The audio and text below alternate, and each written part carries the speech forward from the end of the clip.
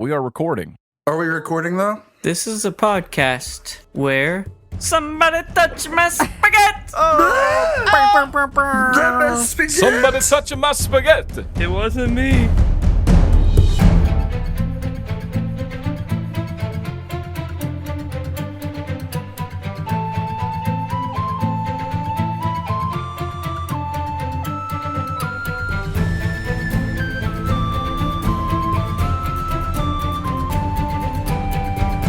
Is that the first spaghetti of season 5? I think so. Hello, everyone, and welcome to Make Believe Heroes. Dragon Ball Z. It feels like it's only been 20 seconds since our intro, but for us, it's been at least 5 minutes. I'm Paul. I'm your Dungeon Master, and I'm here to lead you through Make Believe Heroes, an actual play 5th edition Dungeons and Dragons adventure for everyone. And today I'm joined by 5 good friends of mine. Hey guys, it's Jeremy, and I play Blaze Blightwood, Lorik's cousin. No. I'm Jeffrey, and I play Joe. Joe Mama? Jeffrey, I've just a quick question. Did you decide to play Joseph for the sole purpose of being able to say that you play Joe every episode? Yes, Okay, just making sure. I play Joe Mama. Joe Mama. My name is Alan, and I play Brackle. Hey, I'm Felicia, and I play Meg, also known as Margaret Cavendish. Meg. My name is Zach, and I play the corrupt solar panel salesman that lied to Alan, Wow. $16 a month. also known known as as Chris. There he is, Chris.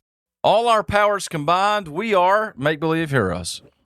We might actually all be heroes this time around. All right, we're going to get to some Dungeons and Dragons, but first we've got a couple things to take care of. First, we're going to read a 5-star review. We still get those? Why can't we read a 2-star review? I think we should confuse everyone and read a 4-star review. Can you read it like the Shiv? Yeah, I'll read this one like the Shiv because it's really short. Yeah. I think I can do that. Yeah.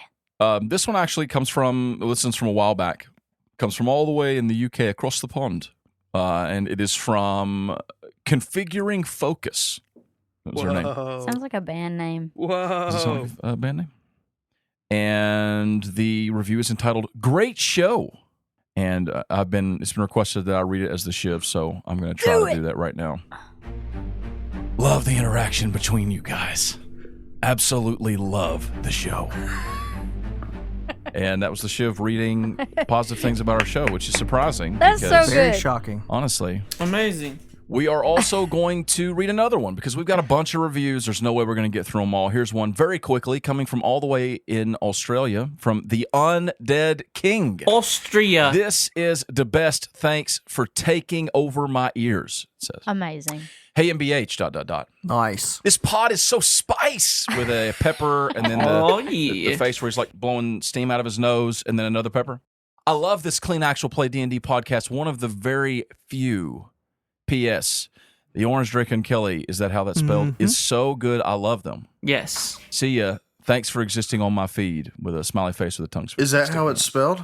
Yeah. No. No, actually, no. It's actually DRACONKELI, one word. Oh. So, but hey, thank you so much for the reviews, both of you. And if there's y'all want to help us out, just go leave us a 5-star review. That's a big help. You can also support us at patreon.com/MakeBelieveHeroes. If you do, we'll give you a shout out. Just like this one for Joanna Gruthwis. I don't know if that's said right.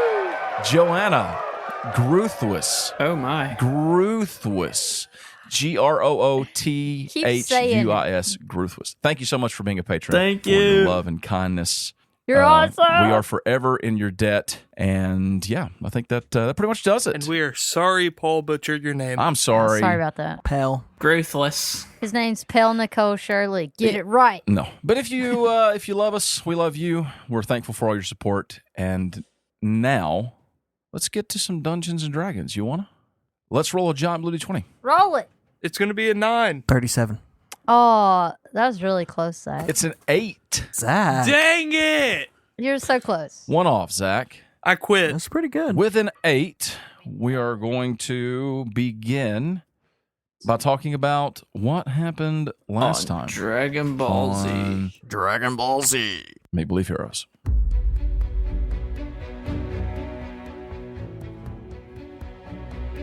Last time, our adventurers found themselves face to face with a strange figure deep beneath the Earth's crust by a strange monolith that they found surrounded by an underground lake. This figure asked them, "What are y'all doing here?" basically. And this figure was none other than the Shade. What? Dun, dun, dun.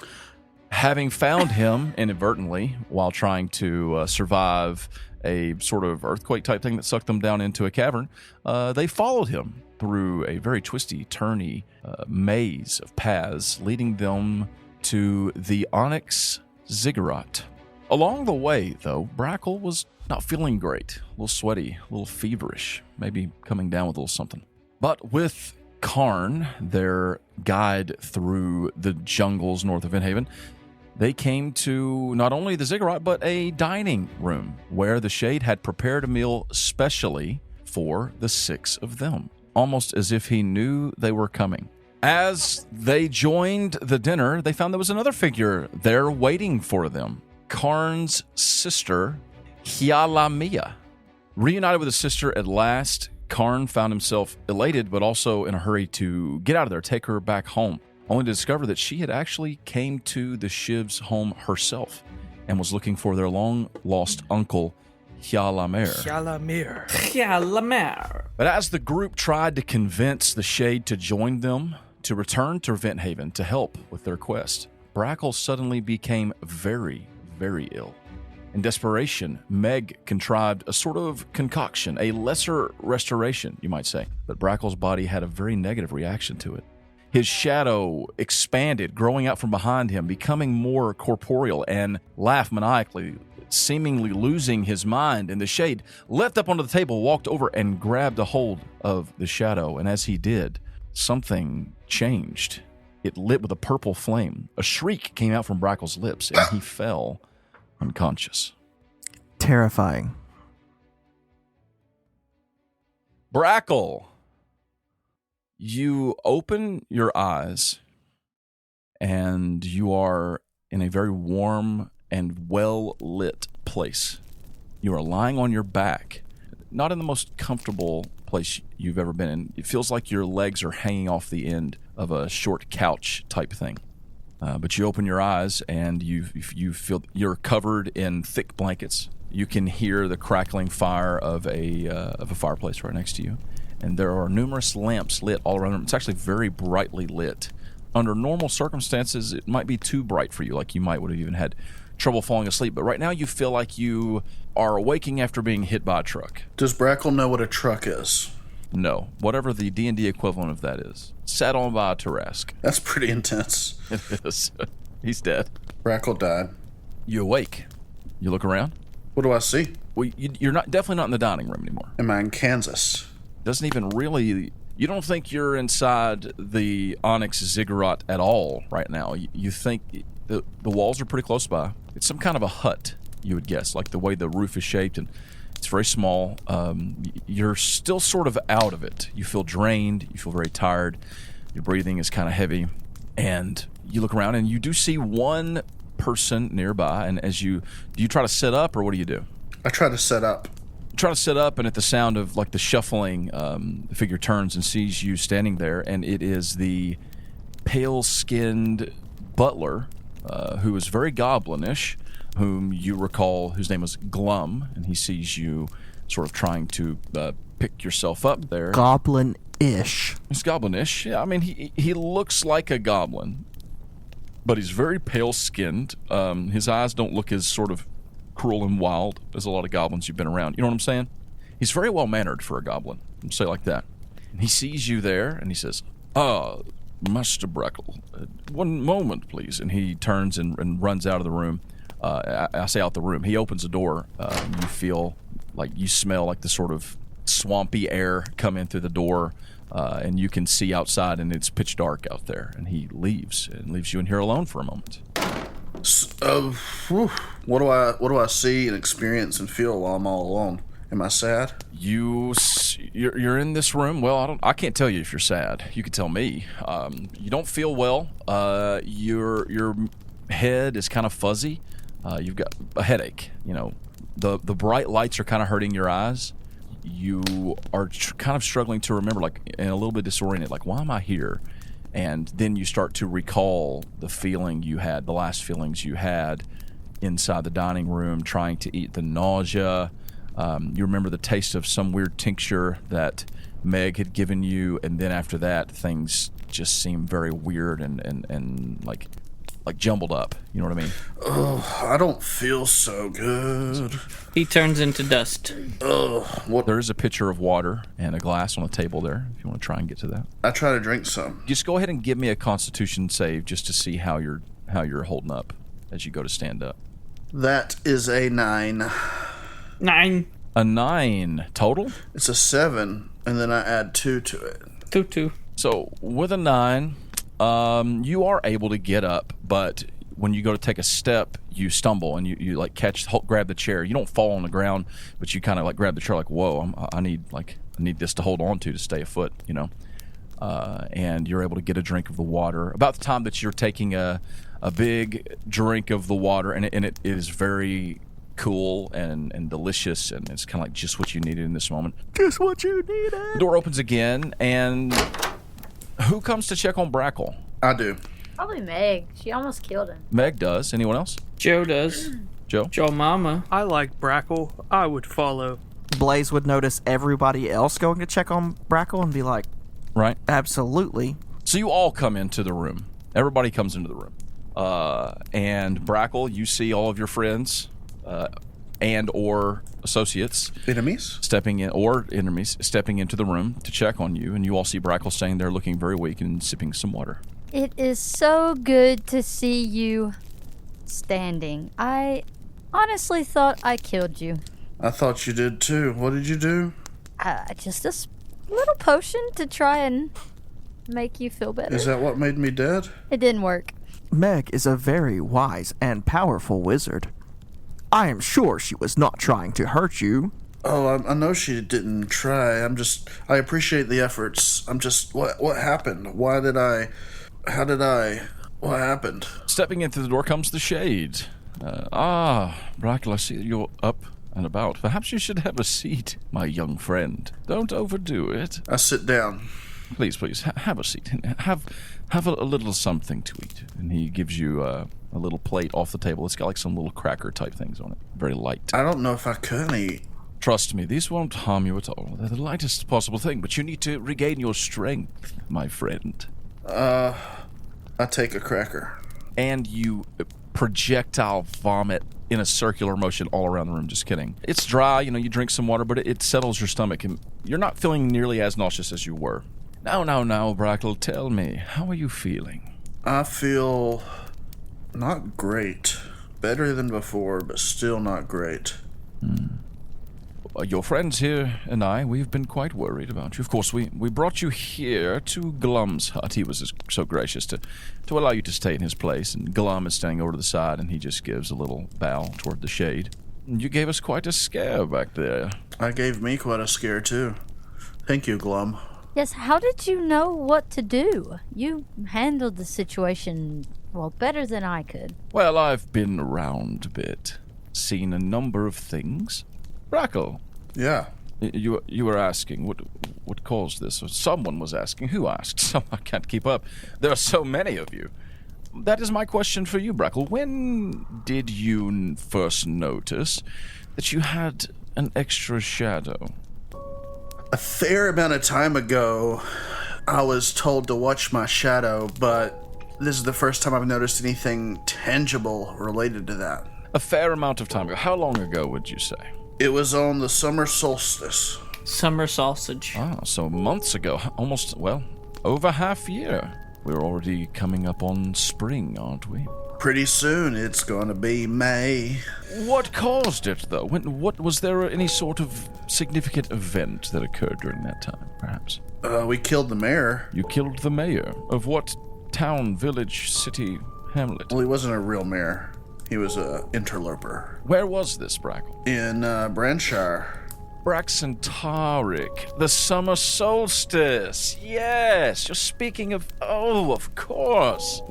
Did Braxton do this to you? He did. How did he do it? What happened? I don't know. I just assume it was him because he's a jackwagon. True.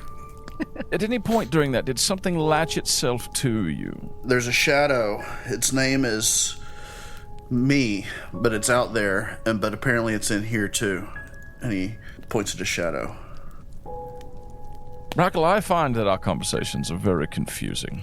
If only there was someone here who also was there that could tell me. But nonetheless, I expect that your shadow is connected to Sebastian Blackfire. Oh yeah, Braxton's benefactor. Funnily enough, Joe actually saw Braxton Tarek down there with Sebastian Blackfire with the altar that he was about to take on a ship to Branchar. That is true. Joe knows everything. I have no idea what you're talking about. So, you said he still has the shadow? Yes, the shadow is here, but that's why we brought him out of the Onyx Ziggurat. You see, the Ziggurat is an ancient place with somewhat unknown origins. Some say it was intentionally created by the gods, others say it was some sort of anomaly in the midst of creation. There are a few of these, 3 or 4 anyway. But the Ziggurat's power is connected to some sort of darkness. Not the same sort of darkness, not evil, but darkness. And, as you know, shadows thrive in the darkness. So I'm so happy right now. I thought getting you out of there and into the hut and turning up the lights, he says, kind of motioning around, might help you overcome the influence.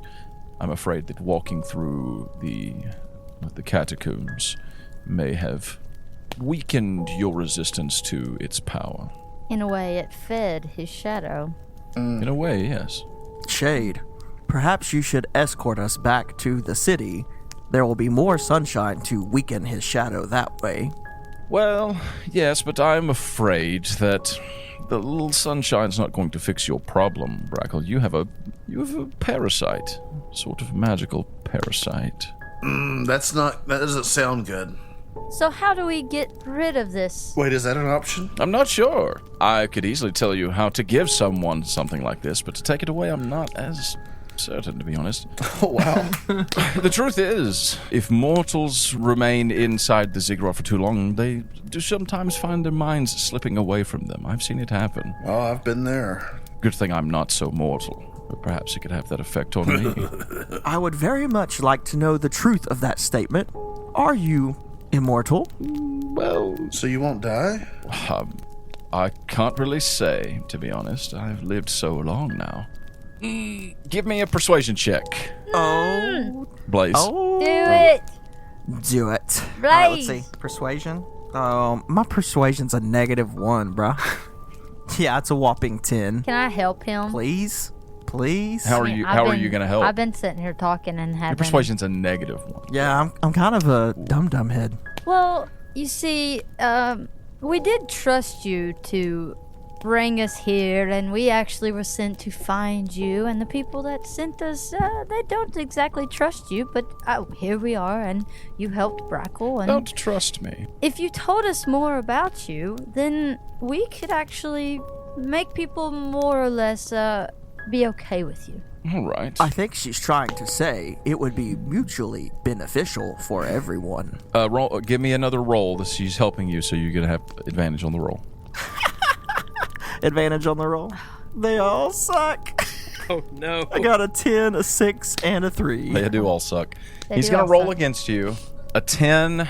So we tied? No, I'm asking you what you rolled. He rolled pretty low. A 10 is the best I got. A gentleman never shares all of his secrets. But, all right, I'll tell you what. I will admit I am incapable, it would seem, of dying. I don't know why, though, so don't ask me. Wow, Paul, I just want to hit you. Have you forgotten why? I've forgotten more than you will ever know, Joseph. And on that note, as you said, was it Meg who requested that I lead you all to the city, or someone? Again, there's so many of you. I think I shall accompany you all to Venthaven. After all, someone needs to make sure that Brackle doesn't kill you all. That's true. Brackle could not kill me. Unless, of course, you all think we should just cut our losses and kill Brackle here. We need to keep Brackle alive. Are you sure? Yes. If we were to kill Brackle and then revive him, would it remove the shadow? I don't know. If you kill Brackle, he'll die. And then he would become the shadow. We are not going to kill the small human. I wasn't saying we should kill him. I was just curious. It's a valid question. Making him unalive means he is no longer alive. Right, but my inquisitive mind does wonder if his soul were to depart from his body, would then the... But you know, it's also possible that if we killed him, the shadow could take over his body. That's what I said. Because that is what will eventually happen if we don't remove it. Brackle's soul will be devoured by the darkness, and then eventually he will become Well, the dark version of himself. Is there a way to stop that? hopefully, if you help us, we can figure it out and get the Perhaps. shadow away from him. We need to find... There's lots of smart folks down in Venthaven, and also the more spiritual kind. We will either have to get this shadow off of Brackle, or we will have to kill him in the end. So we could just go ahead and jump to the end, or we could go to Venthaven and hopefully we'll find someone who can help him. I lean toward the second option. All right. Should we put it to a vote? Who says we go to Venthaven and try to save Brackle? Raise of hands. Brackle raises his hand. Okay. Blaze raises both of his hands. I raise my hand. Okay. Meg raises her hand. Chris gives like half a hand raise. Why are you not putting up all your hands? Oh, we've already lost. All right, that's fine. No, I'm sure that's good. It's not like I want He to said kill we've Brackle. already lost. Chris is curious. Let's see, that's 1, 2, 3, 4. Blaze, one hand only counts for one. Okay, is that it? Those in favor of trying the death resurrection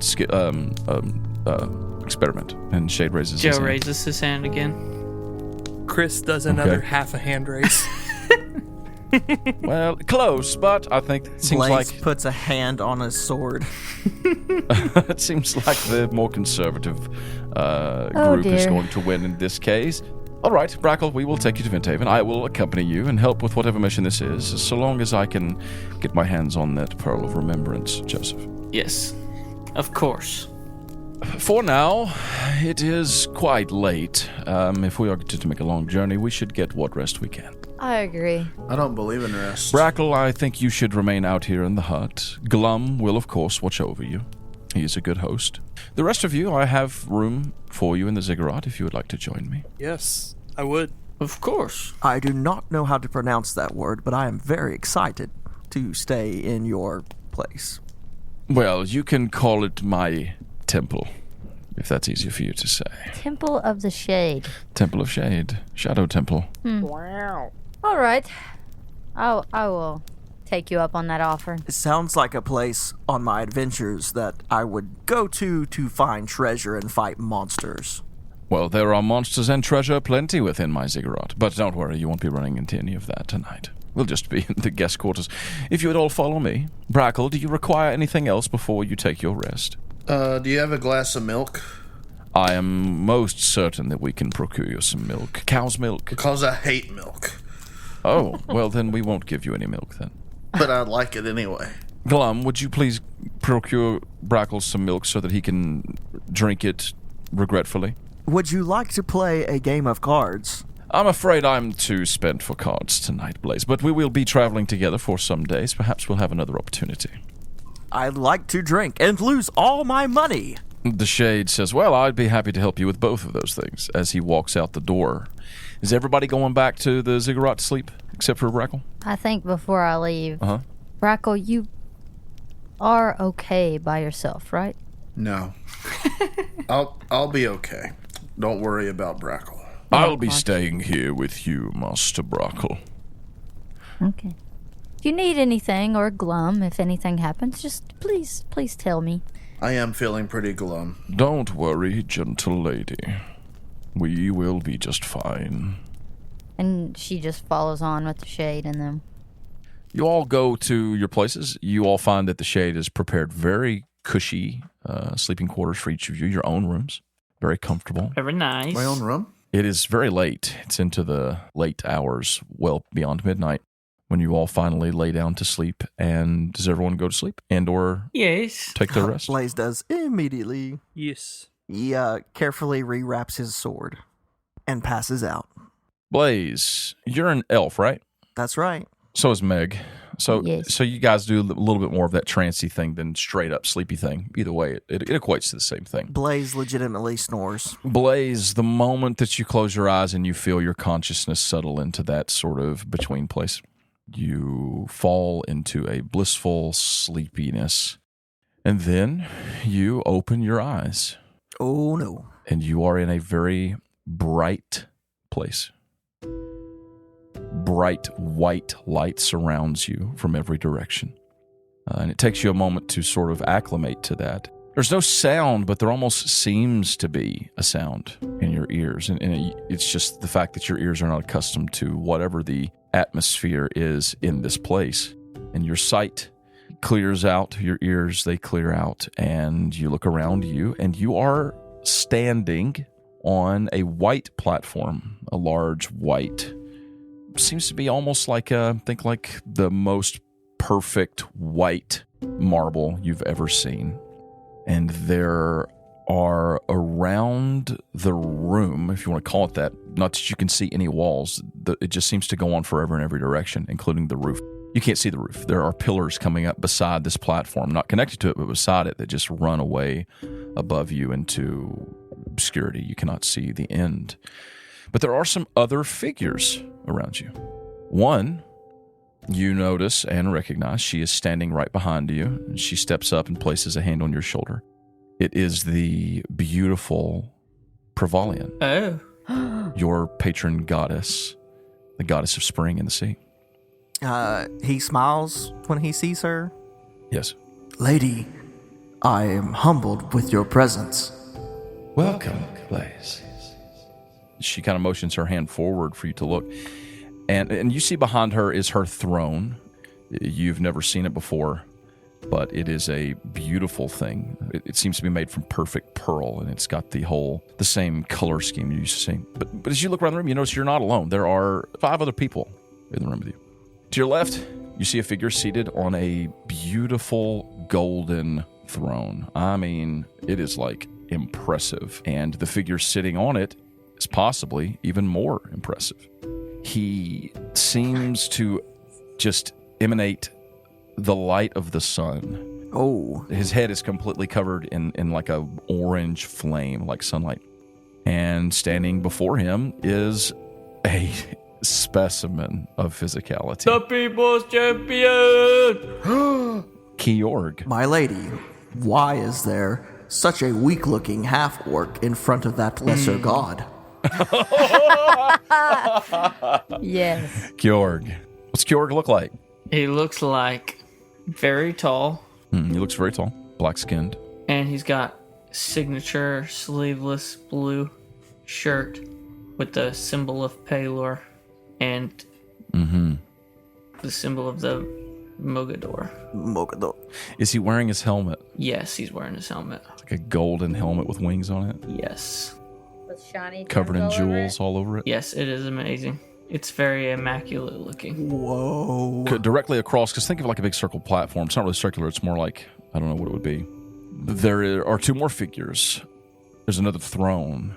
It is like black as coal, but it has a sort of like icy sheen over it. And there is seated over it a very striking figure, long beard with ashen gray skin and an enormous hammer. Its head rested on the ground before him. You can feel a cold wind emanating from him. And standing in front of him, what do we see?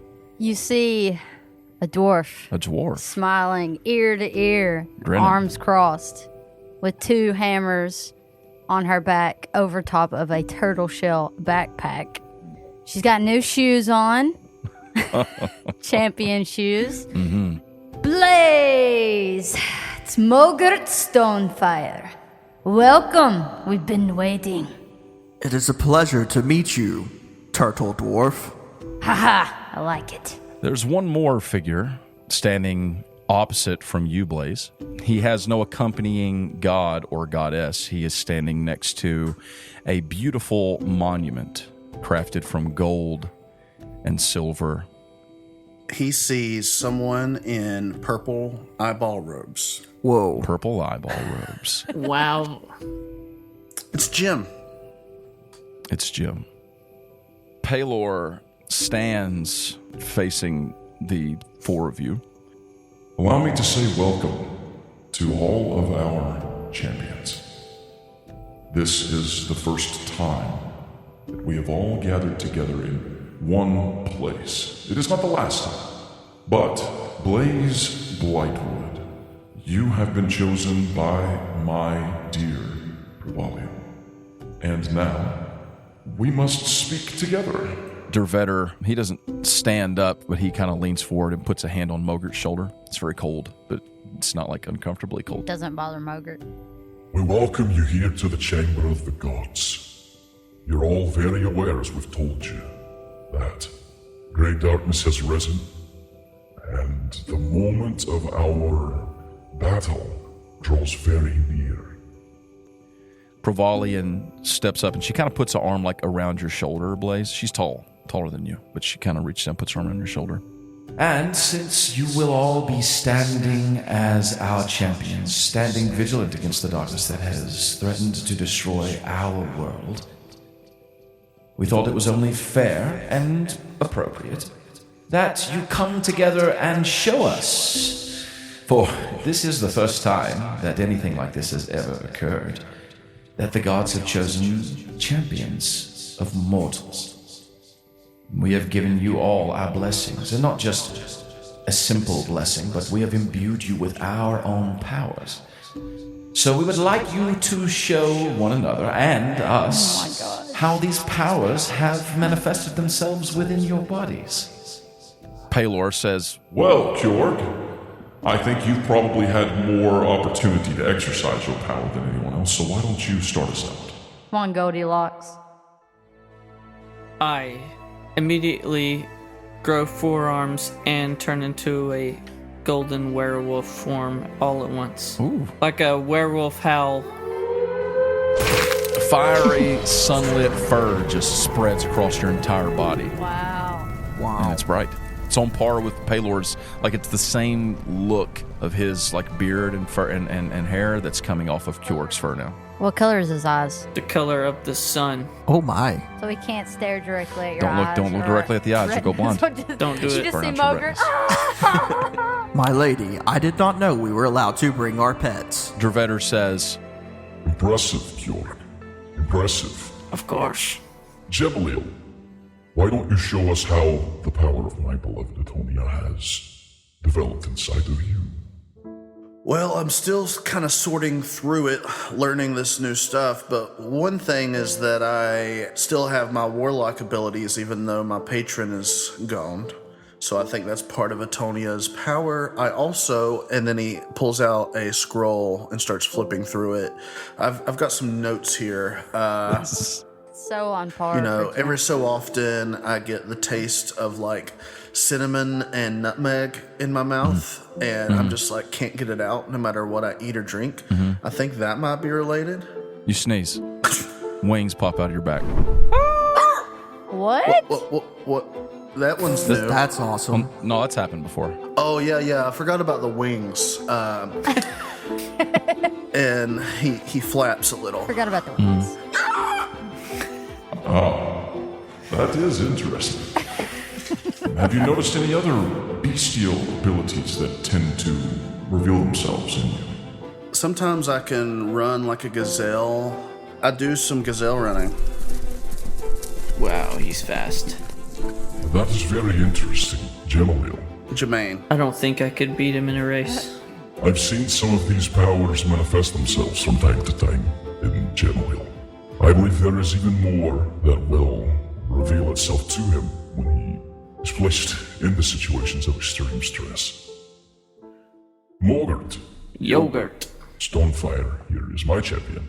I believe you've begun to experience some of the changes yourself. Oh yeah. And she's like stretching a little. Oh, watch this, Georgie. So she Just like doing lunges. touches her toes a little, stretches. Okay.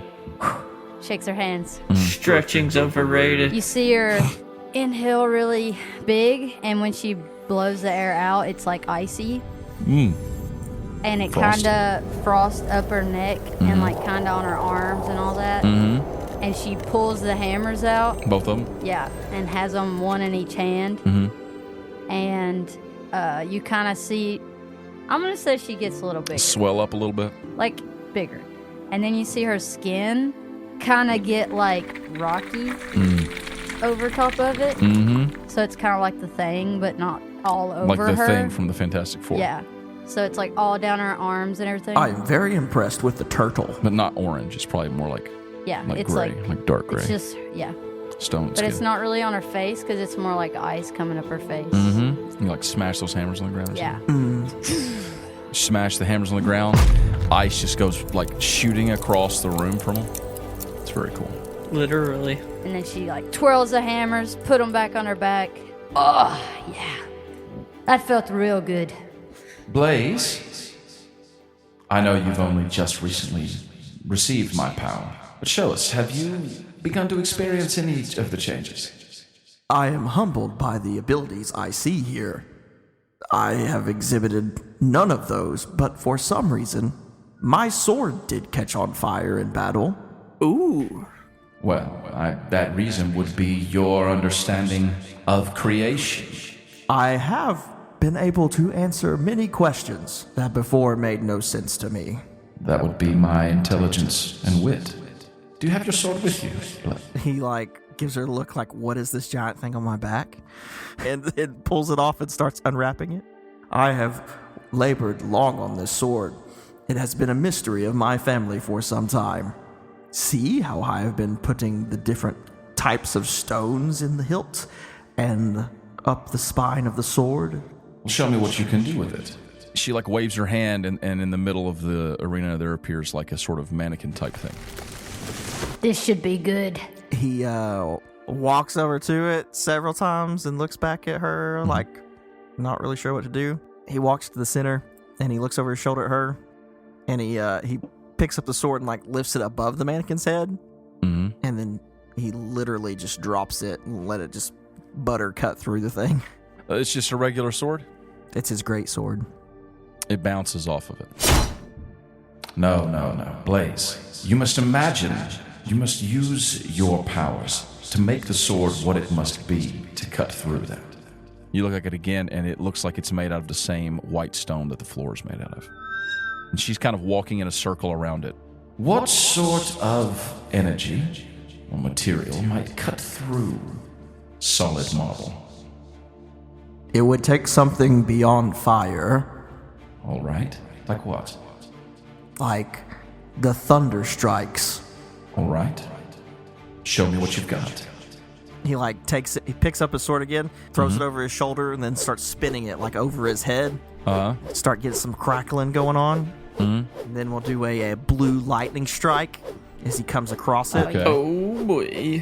When the sword collides with the marble statue, it's like there's a sort of wave of thunder coming down in front of it, and it just like crushes through it and sends all the pieces flying in every direction.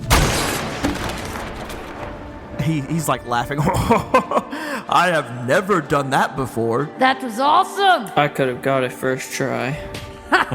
Kyorgi. How does the wolf dog talk? I cannot wait to ride him. He is not a wolf dog. He is a half orc. Our time grows short. Blaze, I look forward to seeing how your abilities grow. The same for you, Mogert. It seems you're right at home with the power of my brother. I am just like everyone here. Dervetter stands, and he's very tall. He shrinks down to a more normal human size as he approaches Jimalil to his right, and he puts a hand on Jimalil's shoulder. Jimalil, Yes. we realize that your patron goddess is not here to help you along this path. And she was taken from us.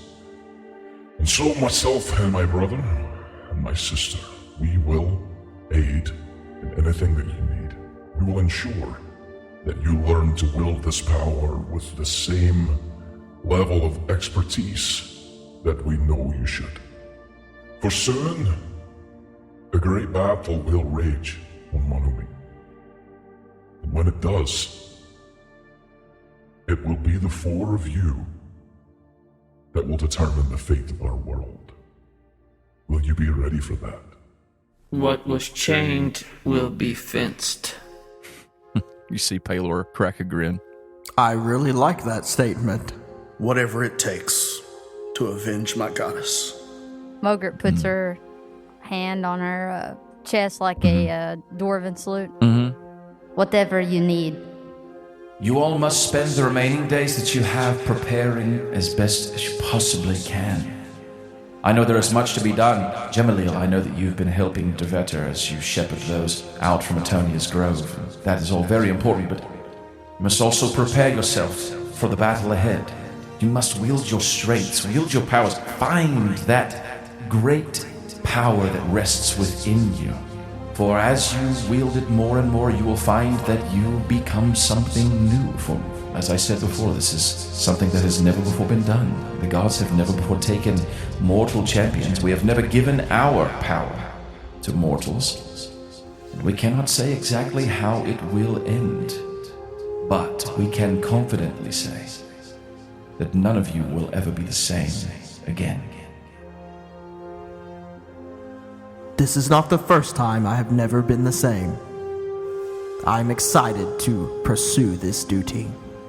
He reaches up and touches one of those missing ear parts.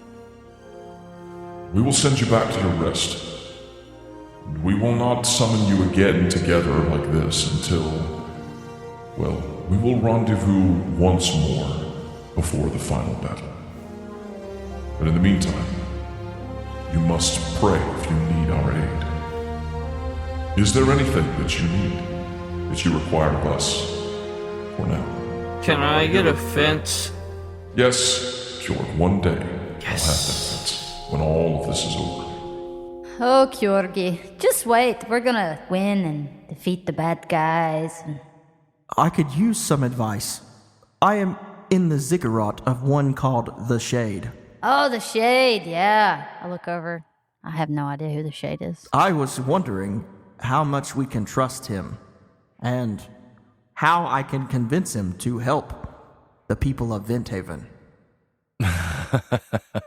Got him! You did ask. Got him! Let's see. How is your passive here? Let me see. What's your passive, Blaze? Passive perception is a 14, so it's not too bad. Too bad. Skeet, skeet. You notice that the gods look at each other. And particularly, Dervetter and Palor both look at Privalian, and she kind of quickly glances at the two of them, although it's harder to see on her. She's a little more sneaky about it.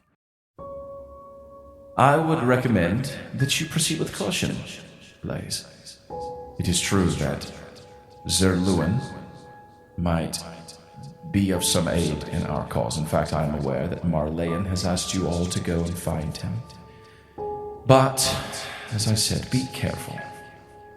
I wouldn't say that he can be trusted, but I would not say that he can't be trusted either. Does it have something to do with the fact that he may or may not be immortal? Do you have any information on that?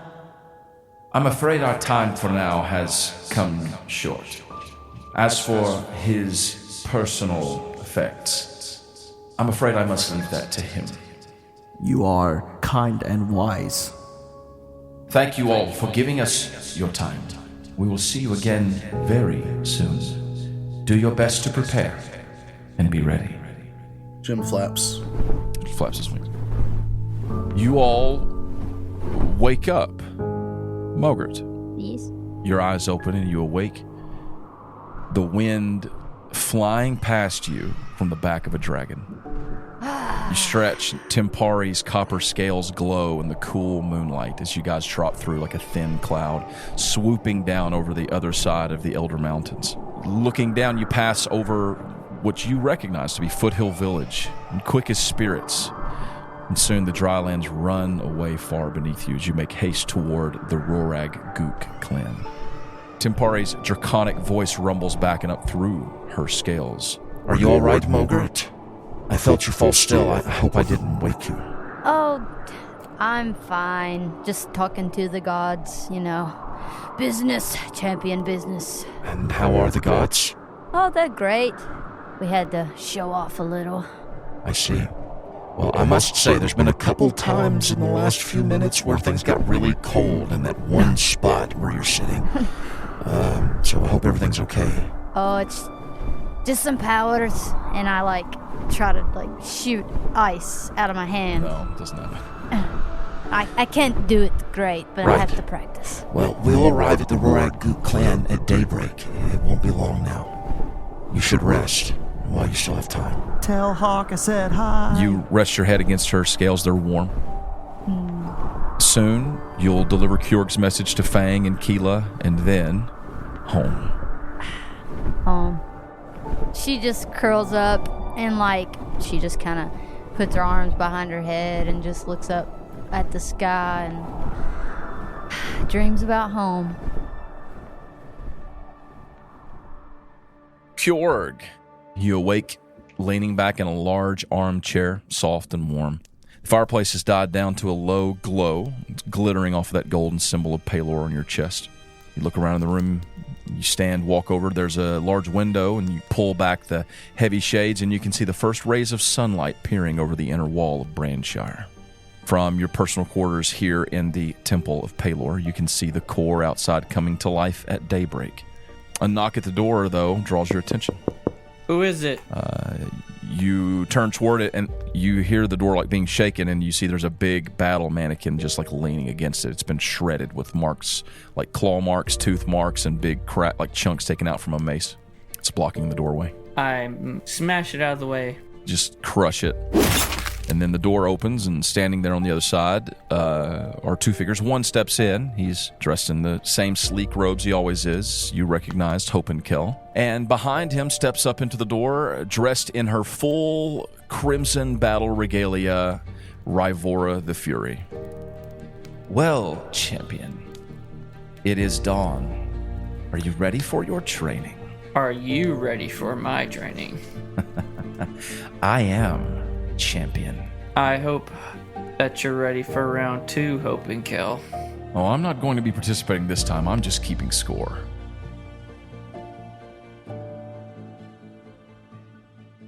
Jim. You see as the other champions just blink out of existence in the chamber, presumably returning to the waking world. The gods step off to one side of the chamber alone, together. They step over there together and begin to speak one another. And even though you're right next to them, pretty close to them, you can't really hear their words. So it seems like maybe they're having a private conversation. And you turn, and behind you, in the place of Etonia's throne, there stands the beautiful monolith woven together in pure silver, gold, and pearl. It is a monument to the goddess Etonia. There is a face plating of cherry wood bearing the mark of your goddess. I'll look at it. You step up to it, observing it. And as you do, just waiting and looking, Dervetter steps up behind you, standing silently alongside you for a moment. After a few silent moments, he speaks. You saw her last, Gemilil, as herself. There were other mortals who saw her in her fallen state after Blackfire had wounded and drained her. Yours was the last kind voice to speak with my beloved. And he reaches forth, ashen-skinned hand forward, tracing the mark of her triquetra. She was, of all living things, most lovely. And I shall never escape the pain of such a loss. Jim cries. Was she kind to you, Jim? Kinder than I could have ever imagined. Did she ever take you to her home? She did. Her little tea cubby? She was a complicated goddess, but she was dear. And I shall miss her. Come on. You turn, Palor and Privalian have both left. They're gone. And Dervetter opens another one of those triangular gateways the same way that you arrived here from the astral plane. And he motions for you to step through the white light. You go? I go through. With one look back, he glances toward the monument again. Then, with a bowed head and his sorrow renewed, he follows Jim through the portal.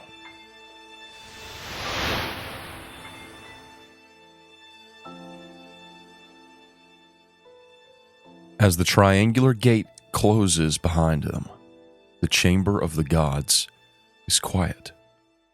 No air stirs, not a speck of dust. There is only the sourceless light illuminating the divine platform. And then, as silence falls, no one is there to see.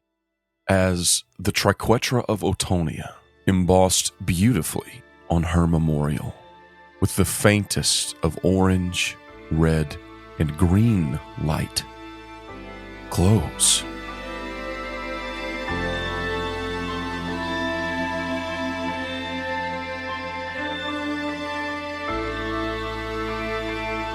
And that is where we're going to end this week's episode. No, I have too many questions. Paul, that was great. Wow.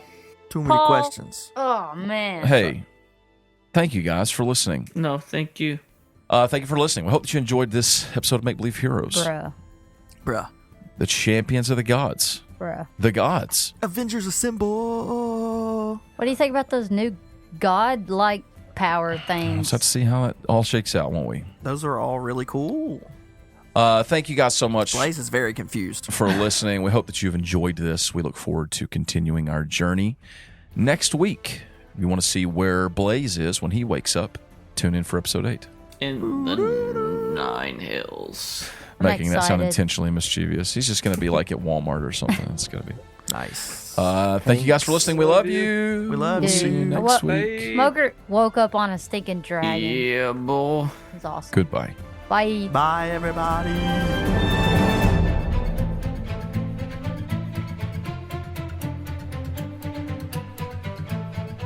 In that voice, can you go, Deku?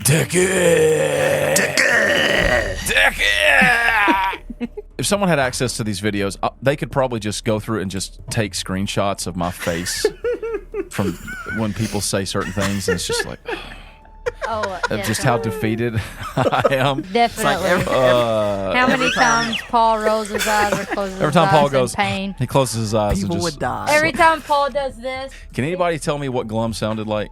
What's glum? it kind of sounds like Jim Dale's creature, but nicer. Oh, he sounded like. Hey, look, I'm watching a clip from the last video, and I just watched one of those times where Alan said something, and I closed my eyes. How many times do I do What do you that? say? And It's just like yeah, I think it was like that. very. I don't know what it was. I have no idea. I don't think how it was Glum's It voice was like. Just introduce a new butler. Good call. Good call. Brackle. Who's Brackle? Meg does. Anyone else? Joe does. Joe? Joe Mama. I like Brackle. I would follow. Joe Mama comes. Brackle, your mom's here. Brackle's mom's here? He hasn't seen her since she died.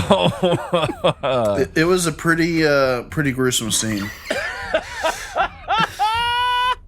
Does Alan know why he has a second shadow? I have literally forgotten everything that happened before today. He did say that. He said that at the beginning of the episode. He did tell us. And he's looking a little odd. You might notice his skin has some discoloration, maybe some little knobs sticking out. Closer inspection looks like gourds. Nice. Alan, are you doing this? Jim Little Carth. Your cousin Brackle sends his regards. Yes. Brackle's here? Do it for the bloopers. Do it for the bloopers. Chris walks in. Hi guys, sorry I'm late. And then wakes up from his dream and cries. Champion of the Orange Drake on Kelly. Yes, that is me. Jim vomits like 6 pumpkins. What is happening? I do not get the reference. Alan did. His power is just pumpkins, you know? Because, I mean, she's the goddess of autumn, right? So just pumpkins. Very impressive, Jimmy. Just pumpkins and gourd pustules on his body that produce pumpkin spice latte. Yes. That sounds delicious. So you're a barista. Yes. I Yeah, like a body it. rista. A body barista. That's disgusting. Ew. Sometimes when we touch. I knew it was going to be so fun. And it, Jim grows some pumpkins. why didn't Fjorg specifically ask for Hawk? I can think of a few reasons.